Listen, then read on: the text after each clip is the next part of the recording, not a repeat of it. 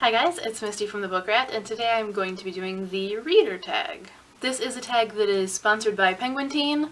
To clarify, because I know people get really touchy about this, I don't mean sponsored as in I'm being paid for this video, but they've put together this tag and it's kind of a promotion that they're doing to celebrate the release of The Reader by Traci Chee. This book is set in a world where nobody reads, no one can read, and Sefia, the main character, finds herself with this object that she comes to realize is a book, and she slowly learns how to read it and uses it as a guide to save herself and her family. So kind of an interesting world, and because in the book no one can read, for the tag, people are celebrating what makes them a reader. It comes out September 13th, so you'll be able to pick it up very soon, and the synopsis and links to it will be in the description along with the questions. I'm going to go ahead and apologize now for any background noise because I think everyone is mowing their lawns and there might be a street cleaner out there, so just horrible timing, but it is what it is. Also ignore whatever is going on here because Medusa does what she wants. This is me on a normal basis. This is this mess.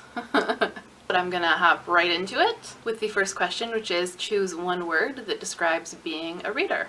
And I'm gonna go with limitless. All possibilities are open to you. You can learn anything, you can experience anything, you can communicate anything, all through the written word. So absolutely limitless. The second question is, what's the first book that you fell in love with? This is difficult because I feel like I had a lot of childhood obsessions and they kind of represent phases. I would say the first book that I was absolutely obsessed with, I'm going to cheat a tiny bit and say there are two. One, I've always loved Where the Wild Things Are. That was a huge part of my childhood. But the Velveteen Rabbit, like, the obsession was real. I had a little Velveteen Rabbit hand puppet that I used to take to school with me and even had special permission to keep it at my desk during the school day, which angered some other second graders because why does Misty get to have a toy? But my teacher knew that I just needed to see it. It just needed to be by me. I wouldn't play with it, but I just needed my Velveteen Rabbit. It wasn't even like a safety blanket thing. It was just special, you know? It made me happy to see it. I wasn't uncomfortable without it, but if the Velveteen Rabbit could come along and learn, then why shouldn't he? He had a hard enough life. He had to deal with scarlet fever. The next question is hardcover or paperback. I used to say that I had no preference, or if I did, it was maybe paperback because it was lighter and I was less likely to smack myself in the face when I read in bed at night, but it's definitely hardcover. I've come around, not only because they're more sturdy, but also because you can do this. Instant bookmark. I love that. The fourth question is about how reading has shaped your identity. I mean, it's no surprise to any of you who have followed me for any length of time that, like, the majority of my life, every aspect of my life, is in some way touched by being a reader. Just all of it. All of it. All aspects are influenced and somehow tied into books and reading and writing and the worlds that I visited, and it's just completely permeated every single area, every cell of my being. Question 5 is the book that you read when you need to be comforted. And again, I feel like I have a lot of comfort books. I should probably do a book chat on comfort books if I haven't already. Most of mine are classics and childhood favorites, so Anne of Green Gables, almost anything by Louisa May Alcott, but especially An Old-Fashioned Girl. Obviously anything by Jane Austen. I mean, that's kind of a given if you know me. I host a Jane Austen event every single year for the last 7 years and have read all of her books more times than I could count on both hands.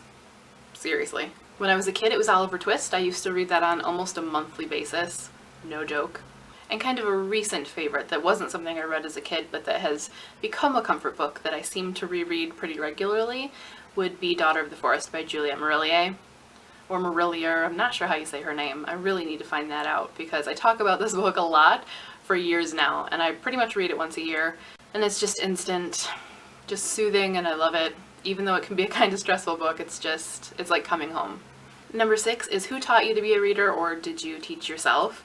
I'm gonna go with it's a combination. I would say from the minute that I had enough manual dexterity to hold the book, I would pretend that I was reading it. As soon as I could hold a pen, I would pretend that I was writing them. So there's something in there that's just innate. I was meant to be a book person, But I've also had really excellent kind of literature role models throughout my life. I've been really fortunate in the passionate English teachers that I've had and librarians and people who push books. But I'm going to say that there are two that I'm going to list as significant influences, if only because they were kind of in those early formative years. Number one is my mom.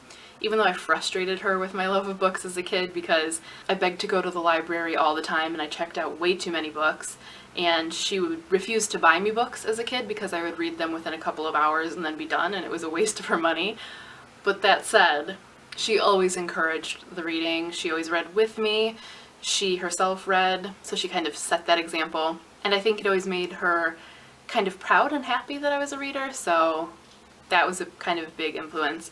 And then the second one is my second grade teacher. She was just amazing across the board. I've talked about her before. She was an incredible human being, very encouraging and very creative, and she read to us every single day in class with so much joy and enthusiasm that I think that really brushed off. I thought I was only going to mention two, but as I was talking, it kind of made me think of something. My sort of language arts teacher for 6th grade, she was another one. She also read to us almost every single day in class, even though by that point a lot of times you're not being read aloud to anymore. She was very selective in what she chose to read. She was also very creative and encouraged us to not just read, our group read books, but to read other things. She let us pick our group read books so that we'd have interests in them.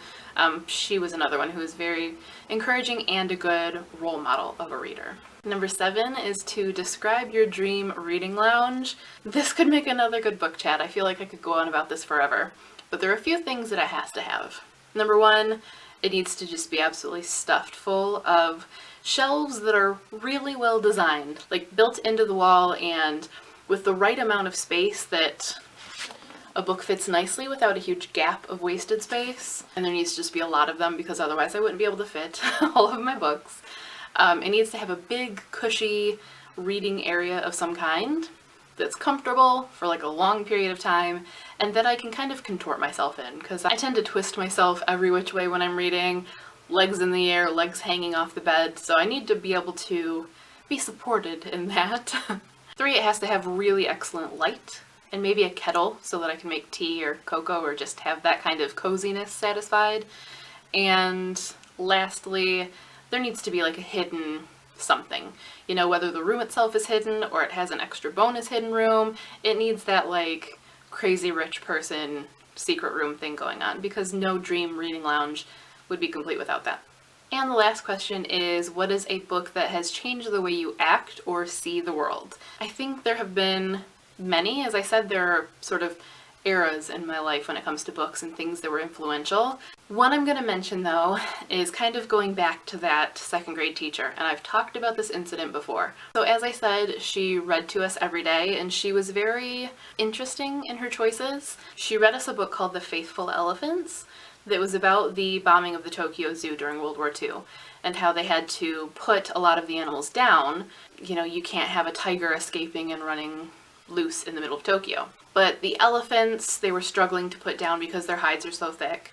And I'm not going to go into the whole story, but basically it's heartbreaking. It is an absolutely kind of crushing book, especially to read, to 7-year-olds. Even though it's a kid's picture book, it's intense. So by the end of the story, she's got a room full of crying 7-year-olds, which is not something that most teachers would want to take on, and it's not something that most teachers would think they should take on. A lot of people would think that they should have these calm, happy classrooms and not go too deep with kids' emotions. But I really respected it, I think both then and as I got older and realized what she really did get herself into there. I don't think we do enough to teach empathy in school, and I think that was a really, really good empathizing moment. Not only are we empathizing with the animals and the zookeepers who are having to do this horrible thing, but with each other who are crying and emotional, and we're comforting each other, and it's cathartic in some ways, and it's teaching you to be a better, more compassionate person. So even though it was a real kind of risk on her part, and even though she did eventually have to defend herself in front of the school board, I really respected it. And so I've talked about this as an influential moment before, but especially because of what followed. So when I was 19, I want to say, I was in a children's literature course, And I had wanted to present that book to the class, and I couldn't remember the name of it, so I emailed her. And I said, I don't know if you remember me, but when I was in 2nd grade, which was years ago, you read this book, you might not remember it, and I just kind of explained the situation and asked her if she did remember it, if she could let me know the title so I could present it. Turns out that the day I emailed her was the day before she had to go defend the book in front of the school board.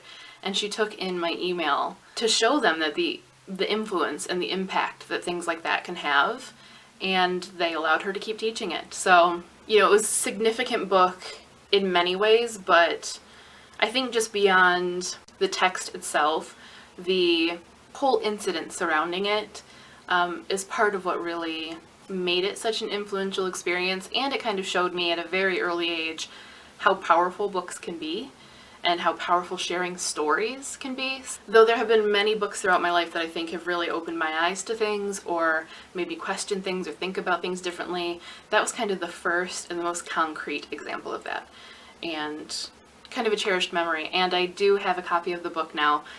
She emailed me back and asked me to come to the school and said she wanted to chat with me about it and about the school board decision. And when I got there, she had a copy of the book that she had signed to me. She also remembered me and my mom and my little brother. So again, she was just an amazing teacher all the way around. But that was all for the reader book tag. As I said, this was based on the idea of what makes us a reader in honor of The Reader by Traci Chee, which is coming out September 13th. So just a few days from now, you'll be able to go and pick up a copy. The full synopsis as well as links to the book will be in the description, so you can find out more about that there. And as I said, I will leave all of the questions below as well. Definitely curious to know your answers, whether on all of them or just some of them. I tag absolutely anyone who is interested in doing this, because if you're watching, you're probably a reader. That's all for this video. I'll see you guys again soon, but as always, thanks for watching and happy reading. There's a dog hair floating in front of the camera. Let's get rid of that.